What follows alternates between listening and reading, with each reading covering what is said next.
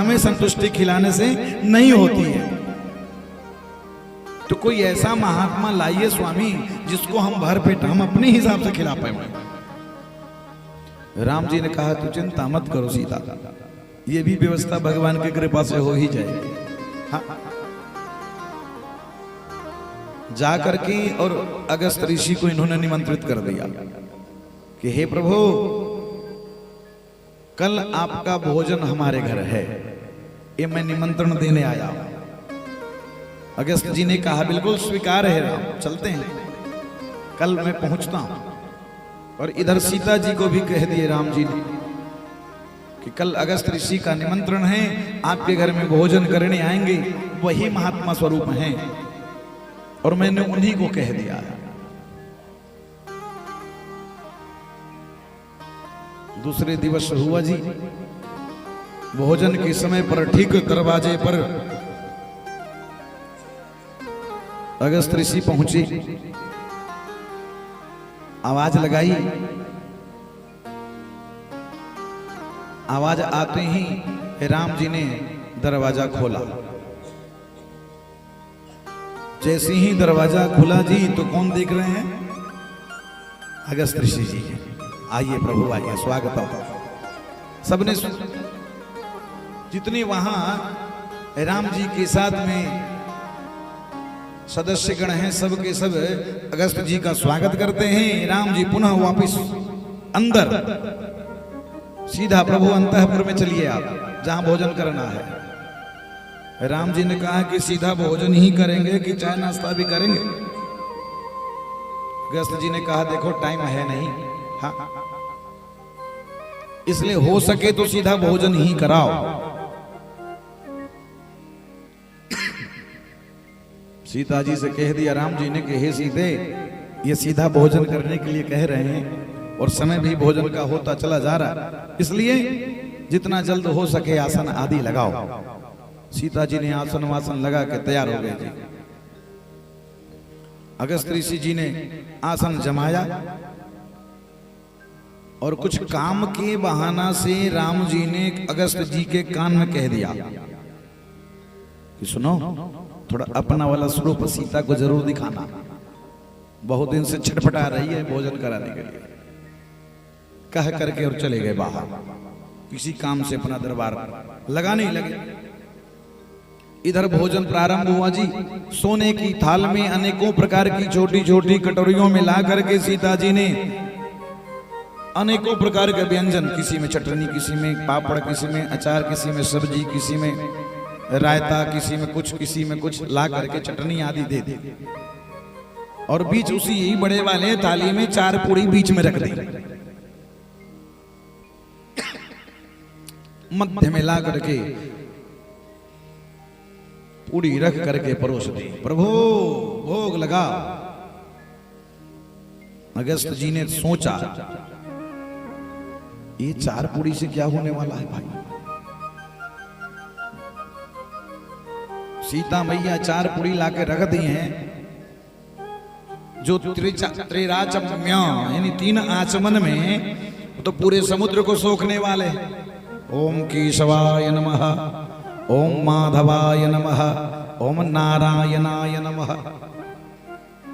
ये 4 पुड़ी में क्या होगा? वो क्या करने लगी? सभी कटोरियों पे दृष्टि डालने लगे कि किसमें क्या है। सीता जी समझ गए कि लगता है कि असंतोषी साधु है ये, हाँ, इनको संतोष नाम की चीज इनके पास नहीं है। तो सीता जी के अनायास मुख से निकल गया, बाबा जब सब खा लोगे ना तो पुनः और परोस दूंगी। हाँ, वैसे देख क्या रहे हो आप? अगस्त जी ने कहा कि हे देवी, मैं ये देख रहा हूं कि ये सभी सामग्रियों को कान में डालूं कि नाक में डालूं कि मुंह में ही खा लूं। सीता जी बोल, लगता है खोपड़ी भी काम नहीं करती बाबा का। हाँ, राम जी ऐसे ही पागल साधु को ले आए। मैंने कहा था कि थोड़ा ठीक ठाक लाना जब भोजन कर पाए। जो कह रहा है कान में डालूं, नाक में डालूं, आंख में डालूं, मुंह में डालूं, ये ऐसा कैसे भोजन कर पाएंगे? लगता है मन की अभिलाषा आज भी पूर्ण नहीं होगी। जब ज्यादा व्याकुल अगस्त ऋषि ने सीता जी को देखा तो उन्होंने क्या किया कि समस्त कटोरियों की सामग्री पूड़ी पर डाल दिया एक ही बार में,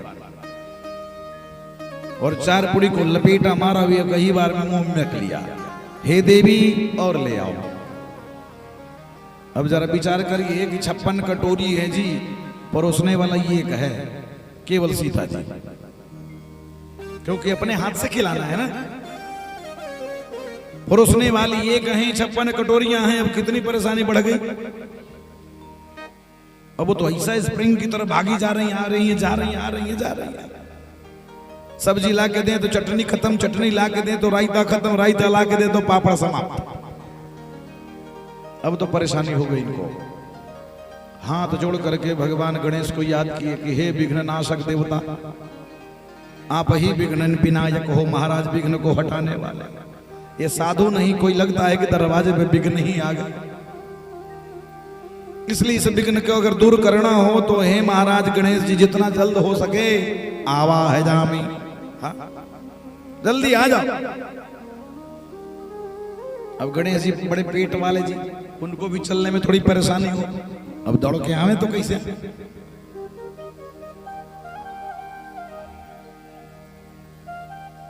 संतों का विनोद है ये, किसमें संत लोग आपस में विनोद करते हैं।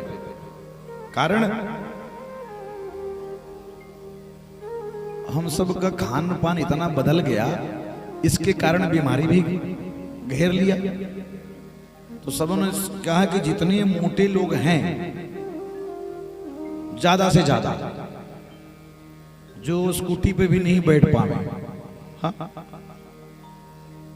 उनको तो शुगर होना ही होना है भाई, यही प्रमाण है। और जब शुगर हो जाता है तो साइकिल पर भी बैठ जाते हैं, इतने पतले हो जाते हैं।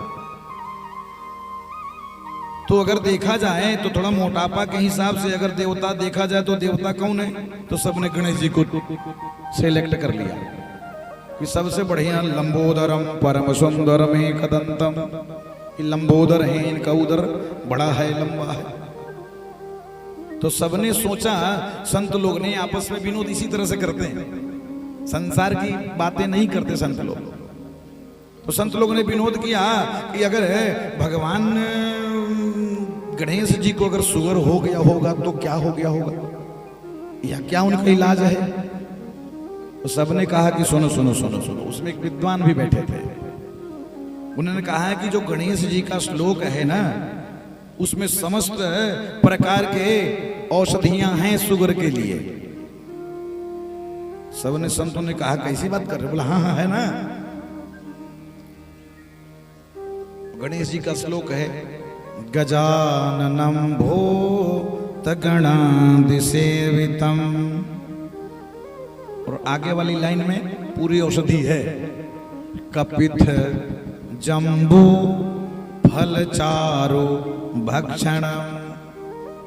कपित मतलब कैथ का फल, जम्बू मतलब जामुन का फल, और आयुर्वेद में चारू फल करेले को बोलते हैं। जो करेला है ना, इसको चारू बोला जाता है। अब जरा विचार करिए आज के हिसाब से, ये है नहीं तीनों शुगर की दवाई, ये तीनों शुगर की दवाई है। तो वृंदावन वाले संत कहते हैं कि जिनको शुगर हो जाता है ताकत कम हो जाती है, इसलिए भगवान जल्दी गणेश जी पहुंचे ही नहीं पा रहे हैं सीता जी के पास, आने में देरी हो रही है। चले तो कैसे चले, और हाथ जोड़ करके गणेश जी को मनाई जा रही है सीता जी।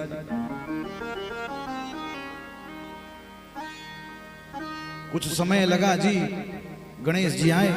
क्या हुआ देवी, क्या बात हो गई? बोले कुछ बात मत करो, फिलहाल हाल चाल बाद में लेंगे। हाँ? आप तो केवल पूरी बेलो और कोई काम मत करो, बाकी मैं सब परोस दूंगी फटाफट। अब गणेश जी का बड़ा पेट जी, बैठा ही न जाए, पूरी बेलाए तो कैसे बेलाए। लेकिन फिर भी उन्होंने प्रयास किया तो लगे पूरी बेलने खड़े खड़े, चलो कोई बात नहीं, आजकल तो रसोई में खड़े खड़े ही खाने बनते हैं।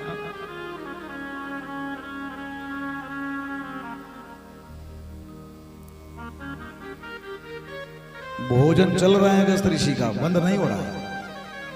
एक दिन हो गया, पूरी रात बीत गई, दूसरे दिन सवेरे हो गया, देवी और लाओ। ऐसा लग रहा 24 घंटे वाला अखंड रामायण चल रहा हो। मंगल भवन मंगल हारे।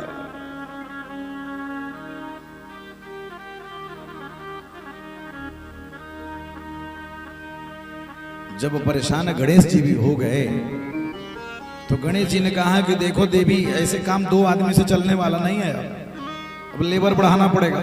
हाँ, क्योंकि कार्य जल्दी संपादन करना है ना, इसलिए वर्कर जो है वो बढ़ाना पड़ेगा, आदमी बढ़ाओ। सीता जी ने कहा ये कहीं आदमी थे राम जी, वो भी चले गए कहीं, वो तो व्यस्त हैं उधर प्रजाओं में, मेरे पास आदमी नहीं है। गणेश जी आपके पास कोई है तो बुला लो।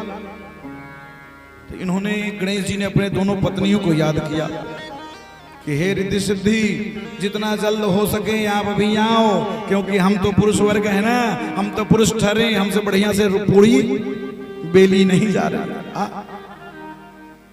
अब वहां दोनों पत्नी भी आ गई जी, रिद्धि और सिद्धि, पीछे पीछे साथ में शुभ और लाभ, ये दोनों पुत्र भी आ गए गणेश जी के। गणेश जी का पूरा परिवार है, विघ्न टालना है। ऐसा लग रहा है सीता जी कोई विघ्न नहीं है, कोई संत महात्मा नहीं है। तो जब इधर का काम सब संभाल ली, रसोई वाला काम जब संभाल लिया गया जी, गणेश जी का पूरा परिवार मिलकर संभाल रहा है, तो सीता जी दौड़ करके उनके पास गईं। अगस्त ऋषि के सामने जोर जोर से सुनना के कहती हैं कि हे प्रभु, आधा भोजन हो जाए तो पानी पीना चाहिए। अगस्त ऋषि ने सुना ही नहीं कि सीता मैया क्या कह रही है। हाँ जी, आज 6वां दिन चल रहा है भोजन का।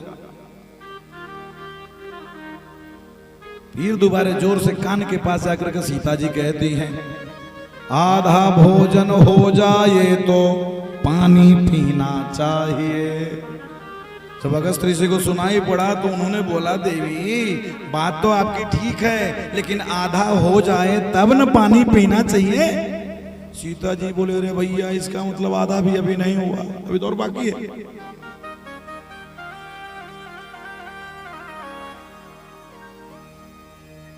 उधर से दौड़े दौड़े राम जी आए। सब ठीक ठाक चल रहा है। अगस्त जी ने पूछ लो जाके अंदर, हमसे क्यों पूछ रहे हो राम जी, अगर आपको हाल चाल लेनी है ठीक ठाक ना, तो जाके अपने गृह मंत्रालय से पूछ लो। हाँ? वो प्रसन्न है तो समझ लेना कि पूरा संसार प्रसन्न है। हाँ? जाओ बात करो रसोई में। राम जी रसोई में गए दौड़े दौड़े। अब सीता जी तो वहां, अरे राम आग को बोला हो गई, कहां से ऐसे भूखे संत को ले आए हैं? कितना दिन से नहीं खाए हैं ये। राम जी ने बोला, आप ही तो कही थी कि थोड़ा जिसको हम अपने हिसाब से भर पेट खिला सके, कोई ऐसा संत लाओ। तो क्या तुम्हारे हिसाब किताब से ज्यादा भारी पड़ रहे हैं? बातचीत चल रही है दर्जी। तो उधर से अगस्त ऋषि कहते हैं कि हे देवी, एक गिलास पानी भी लाओ। सीता जी ने कही, ओ अभी आधा भोजन हुआ है, अभी तो आधा बाकी है। आकर के राम जी हाथ जोड़ करके लेट गए संतों के चरणों में। अगस्त ऋषि के चरण में लेट गए कि प्रभु क्षमा करना, अभी त्रेता चल रहा है, मैं राम हूं, इसके बाद द्वापर आएगा तो मैं कृष्ण रूप में अवतार लूंगा, और जो 1 सप्ताह भोजन कर सकता है तो पानी कितना पी सकता है। इसलिए एक बात का आप आशीर्वाद हमें प्रदान कर दो कि ये जो आज की प्यास है ना, मैं आपको द्वापर में इस प्यास से मुक्त करूंगा, इस प्यास को बुझाऊंगा तो द्वापर में बुझाऊंगा, जब अपने ब्रजवासियों को बचाने के लिए गिरिराज उठाऊंगा और इंद्र क्रोध में आकर के जब बारिश करेगा प्रभु, उसी वर्षा का जल से आप अपना प्यास बुझा लेना। आज वही बात अगस्त ऋषि को याद आई। अगस्त ऋषि को तुरंत भगवान कृष्ण ने निमंत्रण भेज दिया कि आ जाओ महाराज, वो टाइम आ गया, वो समय आ गया है। हे अगस्त ऋषि, जितना जल्द हो सके आ जाइए।